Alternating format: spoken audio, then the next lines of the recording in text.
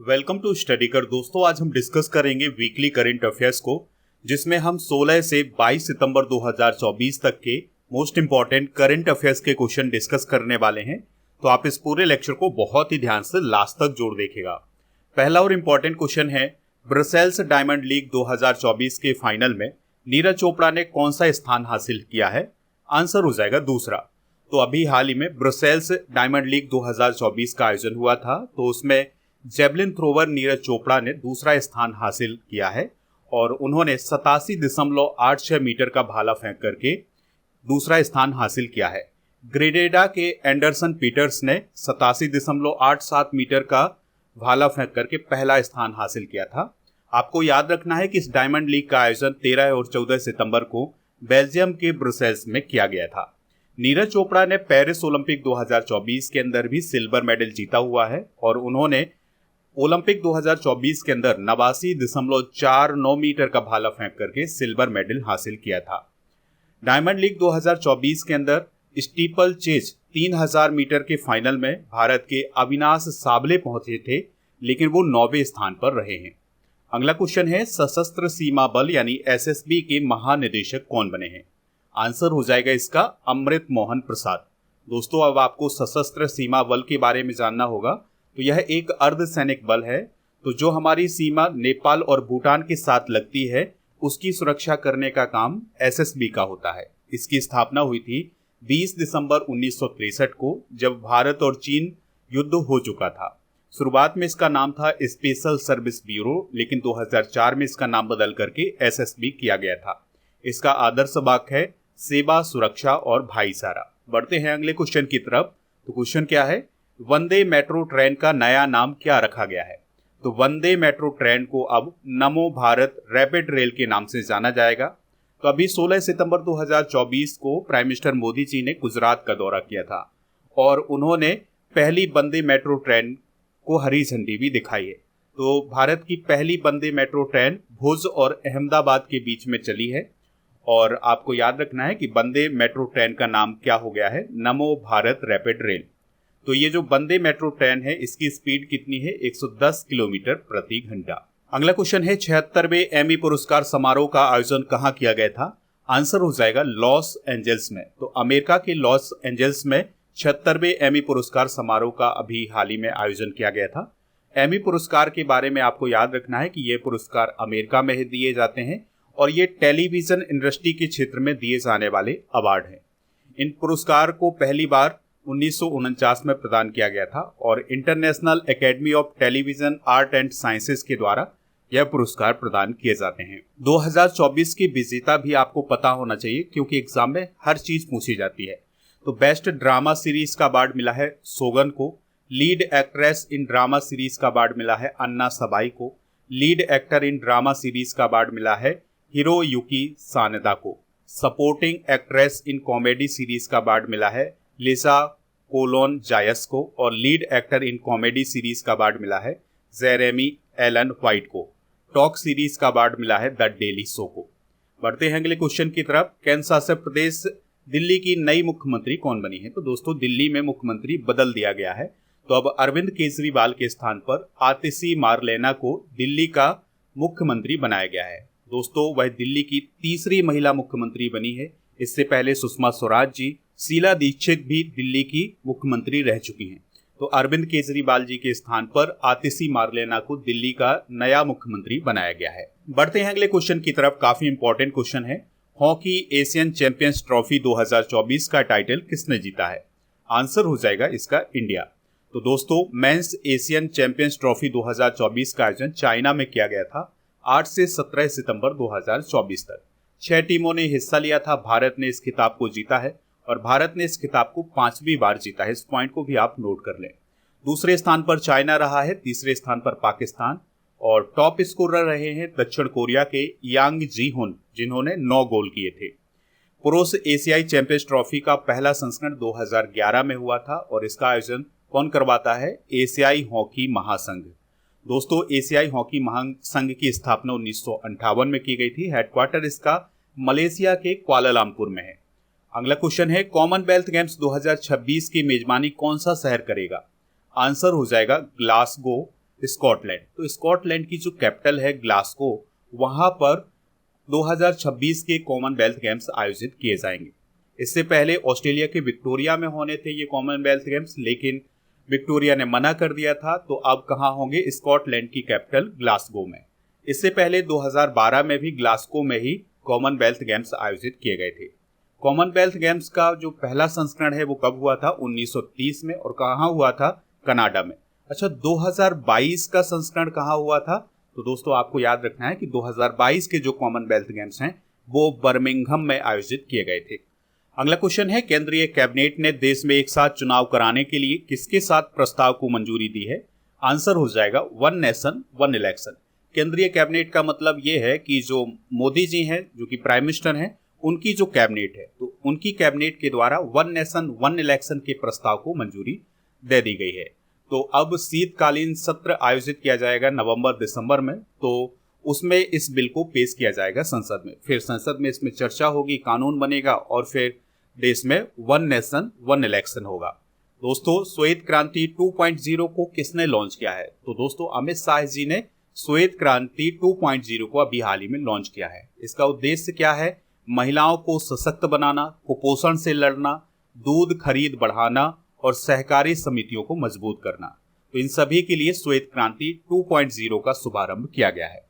इसके अलावा दोस्तों श्वेत क्रांति 2.0 के तहत सरकार ने अगले 5 सालों में दूध की खरीद में 50% की वृद्धि करने का भी लक्ष्य रखा है। अगला क्वेश्चन है, मिस इंडिया वर्ल्ड वाइड 2024 का टाइटल किसने जीता है? आंसर हो जाएगा ध्रुवी पटेल ने। तो दोस्तों अमेरिका की भारतीय मूल की छात्रा हैं ध्रुवी पटेल, तो उन्होंने मिस इंडिया वर्ल्ड वाइड 2024 का टाइटल अपने नाम किया है।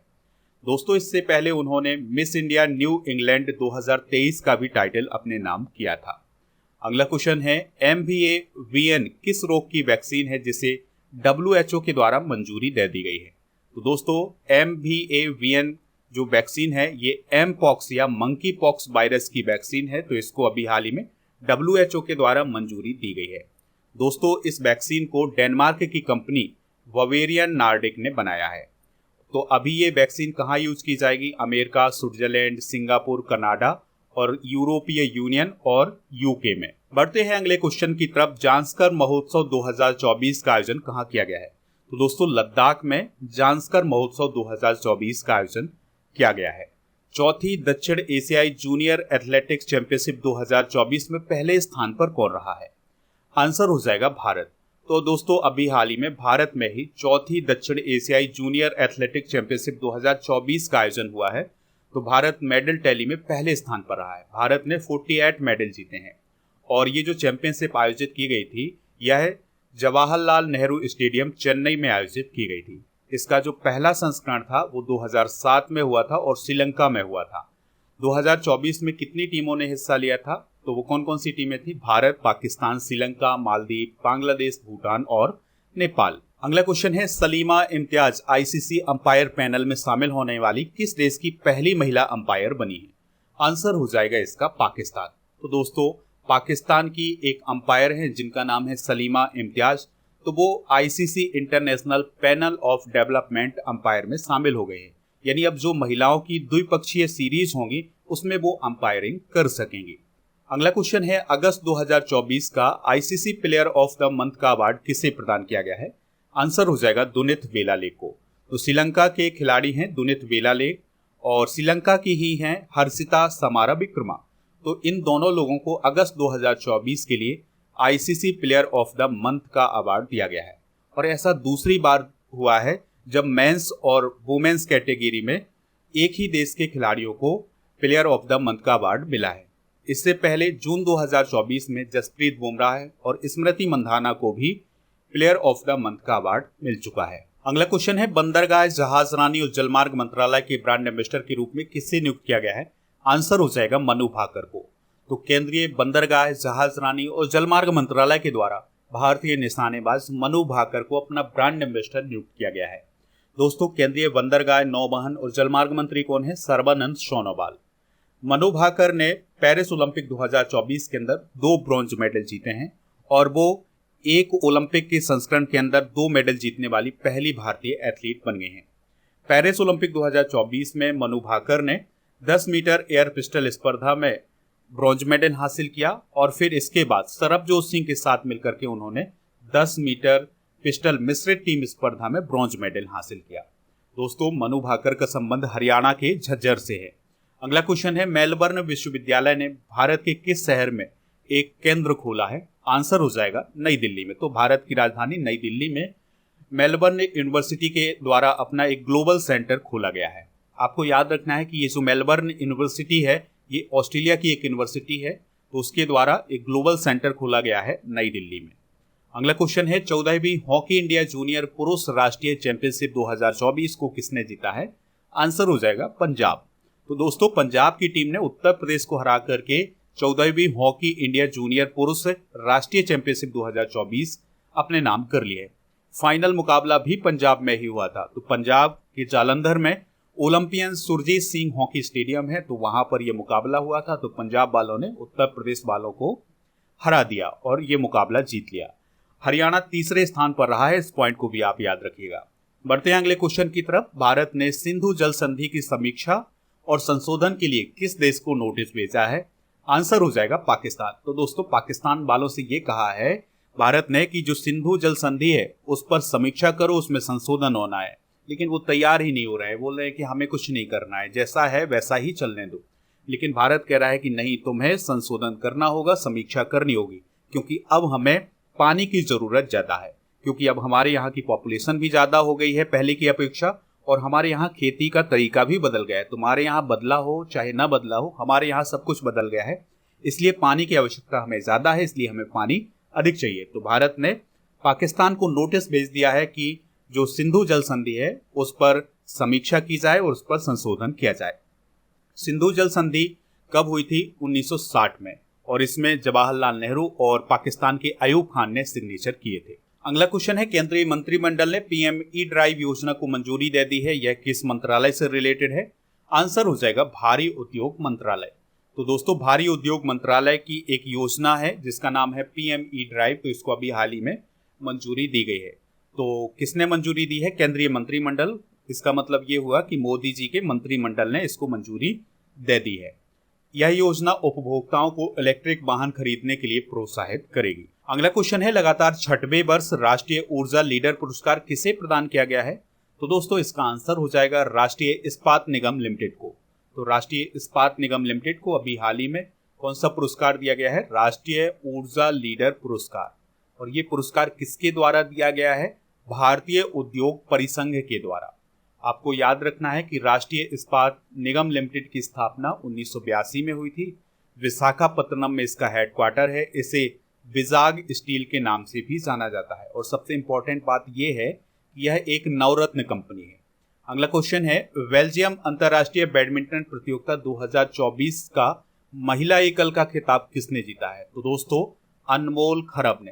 तो दोस्तों, अनमोल खरब ने बेल्जियम अंतर्राष्ट्रीय बैडमिंटन प्रतियोगिता में महिला एकल का खिताब अपने नाम कर लिया है। उन्होंने डेनमार्क की खिलाड़ी को हराया है और यह अनमोल खरब के कैरियर का पहला वरिष्ठ अंतर्राष्ट्रीय बैडमिंटन खिताब है। अगला क्वेश्चन है, भारत ने टाइफून यागी से प्रभावित देशों की मदद करने के लिए कौन सा ऑपरेशन लॉन्च किया है? आंसर हो जाएगा ऑपरेशन सद्भाव।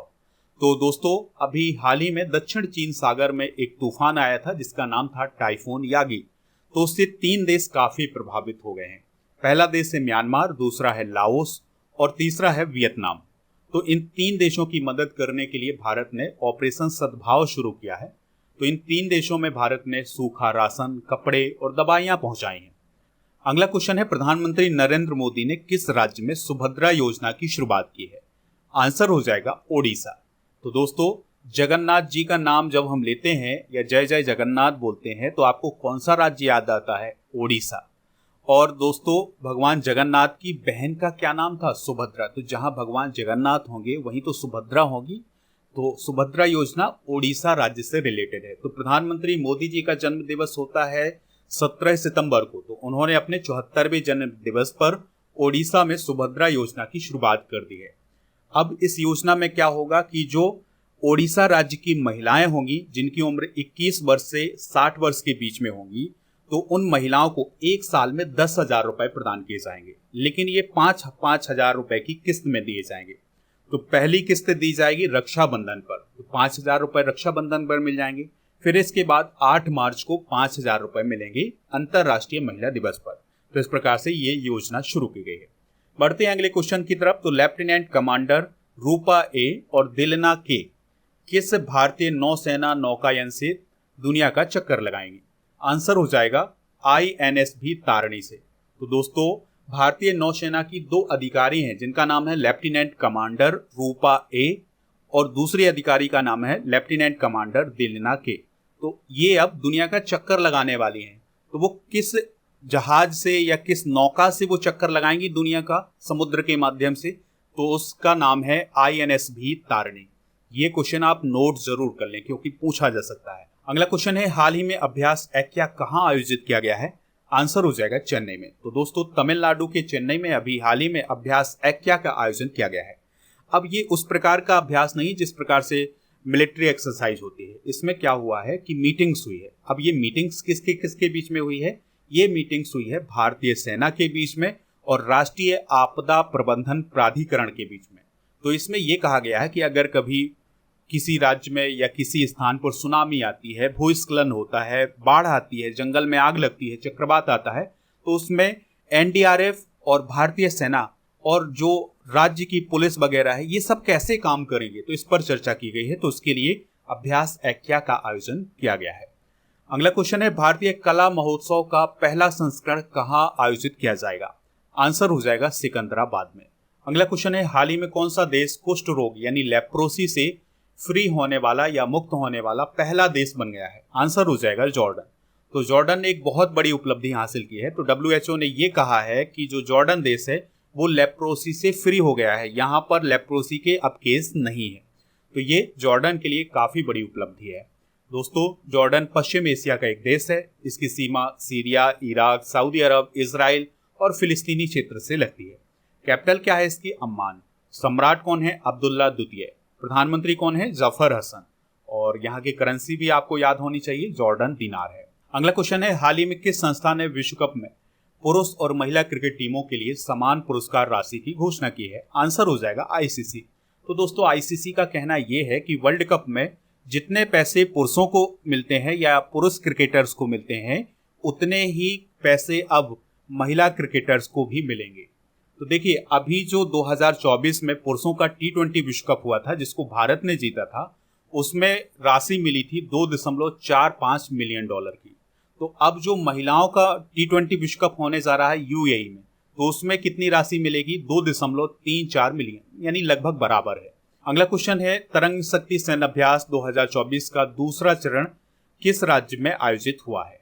आंसर हो जाएगा राजस्थान में। तो दोस्तों, तरंग शक्ति सैन्य अभ्यास एक बहुत ही बड़ा वायुसेना अभ्यास आयोजित किया गया है भारत में। ठीक है, तो ये 2 चरण यानी 2 फेज में आयोजित किया गया था। तो इसका जो सेकेंड फेज था ये राजस्थान में आयोजित हुआ है 1 से 14 सितंबर 2024 तक। तो इसमें भारत की वायुसेना ने तो हिस्सा लिया ही था, इसके अलावा America, Australia, Greece, Bangladesh, Singapore और UAE की वायुसेनाओं ने भी इसमें हिस्सा लिया था। इसका जो फर्स्ट फेज था ये 6 से 14 अगस्त 2024 तक तमिलनाडु के सूलूर में आयोजित किया गया था। और जो इसका फर्स्ट फेज था इसमें जर्मनी, फ्रांस, स्पेन और ब्रिटेन की वायुसेनाओं ने हिस्सा लिया था। अगला क्वेश्चन है, भारतीय लाइट टैंक जोरावर का प्रारंभिक ऑटोमोटिव सफल परीक्षण किसने किया है? आंसर हो जाएगा DRDO। तो देखिए दोस्तों, भारतीय सेना के लिए एक बहुत ही लाइट यानी बहुत ही हल्का टैंक बनाया गया है और इसका उद्देश्य ये है कि जो लद्दाख वाला इलाका है या जम्मू कश्मीर वाला इलाका है, यानी कि जहां पर ऊंचाई अधिक है, वहां पर इस टैंक को पहुंचाया जाए। अगला क्वेश्चन है, किस विभाग को राजभाषा कीर्ति पुरस्कार प्रदान किया गया है? आंसर हो जाएगा प्रशासनिक सुधार और लोक शिकायत विभाग को। तो दोस्तों, अब बात करते हैं राजभाषा कीर्ति पुरस्कार की। तो यह हर साल प्रदान किया जाता है। अच्छा, इसकी शुरुआत कब हुई थी? 2015-16 में। किसके द्वारा प्रदान किया जाता है? तो केंद्र सरकार का जो गृह मंत्रालय है उसका जो राजभाषा विभाग है उसके द्वारा यह पुरस्कार प्रदान किया जाता है। तो यह पुरस्कार विभागों को प्रदान किया जाता है, इसके अलावा मंत्रालयों को, बैंकों को और उपक्रमों को प्रदान किया जाता है। अगला क्वेश्चन है, हाल ही में किस राज्य ने हिंदी माध्यम में मेडिकल एजुकेशन शुरू करने की घोषणा की है? आंसर हो जाएगा राजस्थान। तो दोस्तों राजस्थान के अलावा छत्तीसगढ़ ने भी मेडिकल एजुकेशन को हिंदी में शुरू करने का फैसला किया है। इससे पहले मध्य प्रदेश और उत्तराखंड ये काम कर चुके हैं। अगला क्वेश्चन है 8वें भारत जल सप्ताह का आयोजन कहाँ किया गया है? तो इसका आयोजन किया गया है नई दिल्ली में। अगला क्वेश्चन है पहला हैदराबाद मुक्ति दिवस कब मनाया गया है? आंसर हो जाएगा 17 सितंबर को। तो इस क्वेश्चन को आप नोट ही कर लें, क्योंकि अब हर साल 17 सितंबर को हैदराबाद मुक्ति दिवस मनाया जाएगा। हैदराबाद मुक्ति दिवस क्यों मनाया जाएगा 17 सितंबर को? तो दोस्तों आप सभी को पता है कि 15 अगस्त 1947 को भारत को आज़ादी मिली। हम अपना स्वतंत्रता दिवस 15 अगस्त को मनाते हैं, लेकिन हैदराबाद को आज़ादी 15 अगस्त को नहीं मिली, क्योंकि वहां पर निजामों का शासन था और वो भारत में मिलना नहीं चाहते थे। तो क्या हुआ कि फिर उस समय के गृह मंत्री थे सरदार वल्लभ भाई पटेल जी, तो उन्होंने वहां पर पुलिस कार्रवाई करवाई, यानी हैदराबाद में पुलिस कार्रवाई करवाई और हैदराबाद को 17 सितंबर 1948 को निजामों के शासन से फ्री कर दिया। इसके लिए उन्होंने ऑपरेशन पोलो चलवाया और दोस्तों इस प्रकार से 17 सितंबर 1948 को हैदराबाद फ्री हो गया, आज़ाद हो गया। इसलिए 17 सितंबर को हैदराबाद मुक्ति दिवस मनाया जाएगा। अगला क्वेश्चन है किस राज्य में सेल्यूलाइटिस रोग के व्यापक रूप से फैलने के मामले देखे गए हैं? आंसर हो जाएगा तेलंगाना। तो तेलंगाना राज्य का एक डिस्ट्रिक्ट है जिसका नाम है करीमनगर। तो वहां पर एक रोग फैला हुआ है जिसका नाम है सेल्यूलाइटिस। ठीक है, तो इसके काफी गंभीर लक्षण देखने को मिल रहे हैं। तो ये चर्चा में है, तो आपके एग्जाम में भी पूछा जा सकता है। अच्छा, आपको याद रखना है कि ये जो सेल्यूलाइटिस रोग है यह बरसात के मौसम में ही फैलता है। तो इस रोग के लिए कौन सा बैक्टीरिया जिम्मेदार है? स्ट्रेप्टोकोकस और स्टेफिलोकोकस समूह का बैक्टीरिया। आपको याद रखना है कि इस रोग में जो हमारे पैर होते हैं, पंजे होते हैं, उंगलियां होती हैं, वो प्रभावित होती हैं, वो सूज जाती हैं, उनमें लाल धब्बे बन जाते हैं, गड्ढे बन जाते हैं। अगला क्वेश्चन है हाल ही में सिद्धेश्वरी मंदिर का उद्घाटन किस राज्य में किया गया है? आंसर हो जाएगा त्रिपुरा में।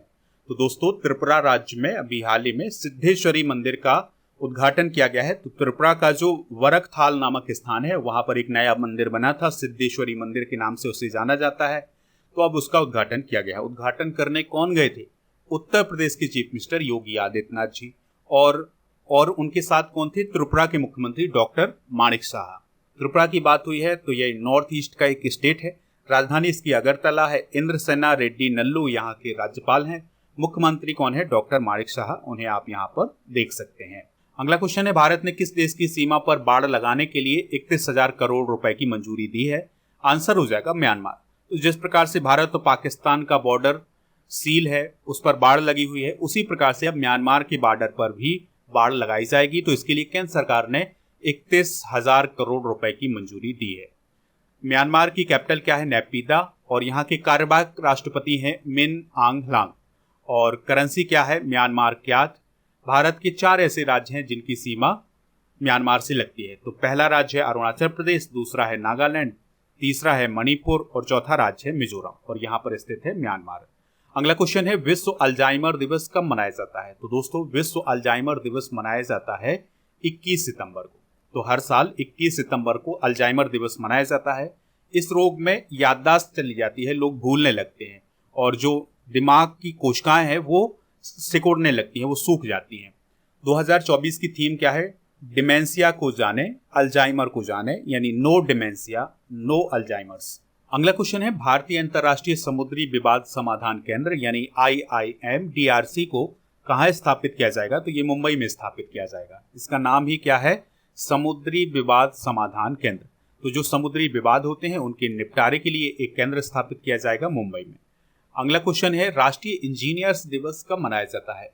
तो 15 सितंबर को राष्ट्रीय इंजीनियर्स दिवस मनाया जाता है, क्योंकि इस दिन जन्म दिवस होता है किसका? भारत के प्रसिद्ध इंजीनियर सर एम विश्वेश्वरैया का। तो उनके जन्म दिवस को याद करने के लिए ही इंजीनियर्स दिवस मनाया जाता है भारत में। 2024 की थीम क्या है?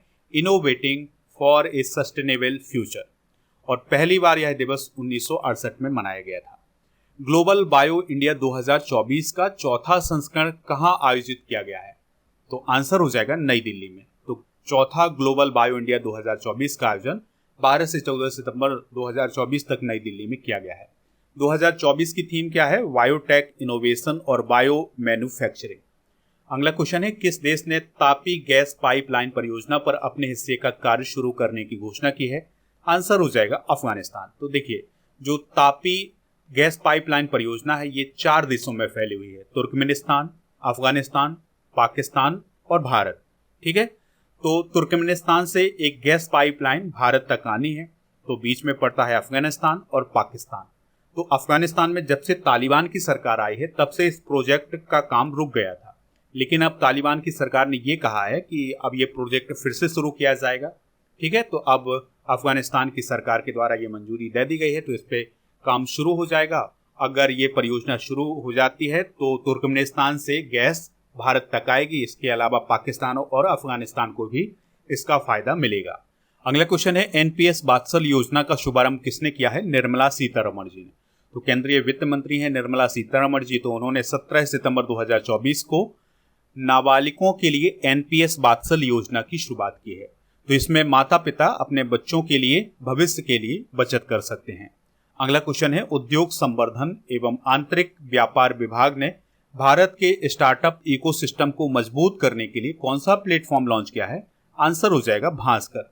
तो भास्कर नाम का प्लेटफॉर्म उद्योग संवर्धन एवं आंतरिक व्यापार विभाग के द्वारा लॉन्च किया गया है। भास्कर का मतलब क्या है? Bharat startup knowledge access registry. अगला क्वेश्चन है, केंद्र सरकार ने चंद्रमा से मिट्टी और अन्य नमूने एकत्र करने के लिए किस मिशन को मंजूरी दी है? आंसर हो जाएगा चंद्रयान 4। तो देखिए, चंद्रयान फर्स्ट, चंद्रयान सेकेंड और चंद्रयान थर्ड ये लॉन्च हो चुके हैं भारत के। अब चंद्रयान 4 लॉन्च होगा, लेकिन चंद्रयान 4 का मकसद क्या होगा? चंद्रमा से मिट्टी लाना और वहां पर नमूने कलेक्ट करना। ठीक है, अभी तक 3 ही देश ऐसे हैं जो चंद्रमा से मिट्टी लाए हैं। पहला देश है अमेरिका, दूसरा है रूस और तीसरा है चाइना। अगर भारत सफल होता है तो भारत चौथा देश बन जाएगा और चंद्रयान 4 मिशन को 36 महीने में पूरा किया जाएगा, यानी कि ये पूरा प्रोजेक्ट जो होगा वो 36 महीने का होगा। अगला क्वेश्चन है, south Indian international movie award 2024 में बेस्ट एक्ट्रेस क्रिटिक्स का अवार्ड किसे मिला है? आंसर हो जाएगा ऐश्वर्या राय बच्चन को। अगला क्वेश्चन है, उत्तर प्रदेश सरकार ने राज्य में कितनी हाईटेक नर्सरी स्थापित करने की घोषणा की है? आंसर हो जाएगा 73। तो उत्तर प्रदेश सरकार के द्वारा जल्द ही 73 जिलों में हाईटेक नर्सरियां स्थापित की जाएंगी, लेकिन नोएडा और गाजियाबाद को इसमें शामिल नहीं किया गया है।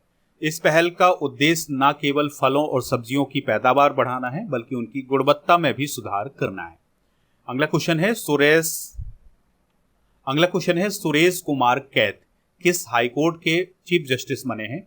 आंसर हो जाएगा मध्य प्रदेश। तो मध्य प्रदेश हाईकोर्ट के चीफ जस्टिस कौन बने हैं? सुरेश कुमार कैथ। आपको याद रखना है कि मध्य प्रदेश का जो हाईकोर्ट है वो कहाँ है? जबलपुर में है। दोस्तों, अब आपके लिए एक क्वेश्चन है जिसका आंसर कमेंट बॉक्स में बताना है। क्वेश्चन क्या है? जांस्कर महोत्सव 2024 का आयोजन कहाँ किया गया है? जो भी इसका राइट आंसर हो कमेंट बॉक्स में जरूर बताएं, हमें इंतजार रहेगा आपके आंसर का। दोस्तों, स्टडी करके ऐप पर जो डेली करंट अफेयर्स का टेस्ट आयोजित किया जाता है, तो उसमें 21 सितंबर 2024 के विनर कौन कौन रहे हैं या टॉप 10 कौन रहे हैं? तो पहला नाम है लाइफ एम्बिशन का, दूसरा नाम है नमन गुप्ता का, तीसरा नाम है हरीश कुमार का, चौथा नाम है स्वांग श्री का, पांचवा नाम है रंजन शर्मा का, छठा नाम है पवन कुमार, सातवां नाम है वैष्णवी का, आठवां नाम है दिनेश कुमार, नौवां नाम है अनिल कुमार और 10वां नाम है विक्रांत चौधरी का। तो आप भी टेस्ट दे सकते हैं। आपको ऐप डाउनलोड करना है, इसका लिंक डिस्क्रिप्शन बॉक्स में दिया गया है और जैसे ही आप टेस्ट सीरीज वाले ऑप्शन पर जाएंगे तो आपको डेली करंट अफेयर्स का टेस्ट मिल जाएगा। ठीक है, और इसके अलावा टेस्ट पास भी मिल जाएगा। टेस्ट पास में क्या होगा? भारत में जितने भी कॉम्पिटेटिव एग्जाम आयोजित किए जाते हैं उन सभी के लिए टेस्ट मिल जाएंगे, तो ये टेस्ट पास का यूज भी कर सकते हैं। अगस्त 2024 के करंट अफेयर्स की ई बुक भी आपको ऐप पर मिल जाएगी। जनवरी से 2024 से सितंबर 2024 तक के करंट अफेयर्स की ई बुक अगर आपको चाहिए तो ये भी ऐप पर मिल जाएगी। ई बुक वाले सेक्शन पर जाएंगे तो आपको करंट अफेयर्स की ई बुक के अलावा जीके की ई बुक भी मिल जाएगी टॉपिक वाइज।